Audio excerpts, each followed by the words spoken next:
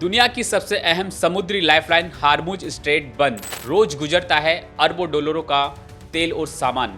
सड़क से माल लाने की सोचने वालों, पहले भूगोल तो देख लो। जरा सोचिए, दुनिया के सबसे अहम समुद्री रास्तों में से एक अचानक बंद हो जाए तो तेल के टैंकर, कंटेनर जहाज सब समंदर में खड़े रह जाए। और यही हुआ है हार्मुज स्ट्रेट में। अमेरिका और इजराइल के हमले के बाद तमतमाए ईरान ने इस अहम समुद्री रास्ते को बंद कर दिया है। नतीजा यह है कि अमेरिका, यूरोप और एशिया के कई देशों का माल बीच समुद्र में फंसा पड़ा है। हालांकि भारत के जहाज़ों को थोड़ी राहत जरूर मिली। ईरान ने विदेश मंत्री एस जयशंकर से बातचीत के बाद उन्हें गुजरने की इजाज़त दी है। भारत के 2 जहाज क्रूड और एलपीजी लेकर देश लौट रहे हैं, लेकिन इसके तुरंत बाद ईरान ने फिर सख्त बयान जारी कर दिया कि हार्मुज स्ट्रेट अब किसी के लिए खुला नहीं रहेगा। ऐसे में अब दुनिया के सामने सबसे बड़ा सवाल यह है कि अगर ये रास्ता बंद रहा तो क्या खाड़ी देशों का सामान और तेल सड़क के रास्ते भारत तक आ सकता है? सोशल मीडिया पर लोग नक्शे बनाकर बता रहे हैं कि ट्रक सऊदी अरब से निकलेंगे, ओमान जाएंगे, फिर ईरान, फिर पाकिस्तान और आखिर में भारत पहुंच जाएंगे।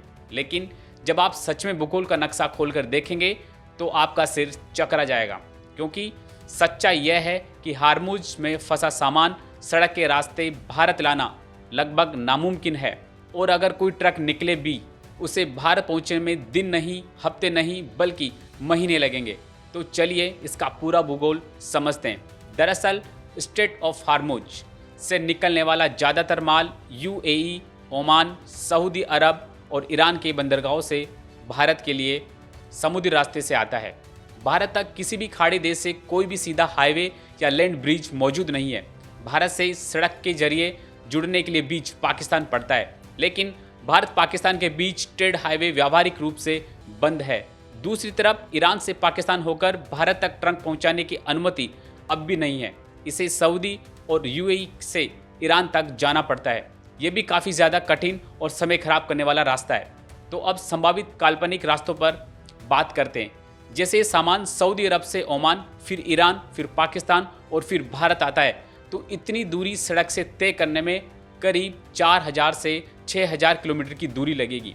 इसमें भी हर देश का इमिग्रेशन, कस्टम और सुरक्षा चेक अलग होंगे। साथ ही कई जगह प्रतिबंध भी मिलेंगे। वही सामान लाने वाले ट्रक दिन भर में औसतन 500 से 600 किलोमीटर की दूरी तय करते हैं, तो भी 10 से 12 दिनों की सिर्फ ड्राइविंग सीमा, पार्क क्लियरेंस, कस्टम परमिट और कई जगह तो इजाज़त भी नहीं मिलेगी। साथ ही कई राजनीतिक रुकावटें भी आएगी।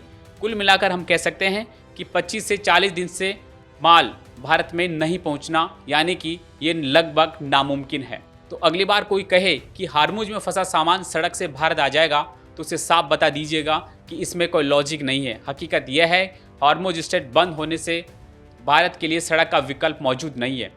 सप्लाई सिर्फ समुद्री रूट के जरिए ही आ सकती है और उसी पर पूरी दुनिया टिकी हुई है।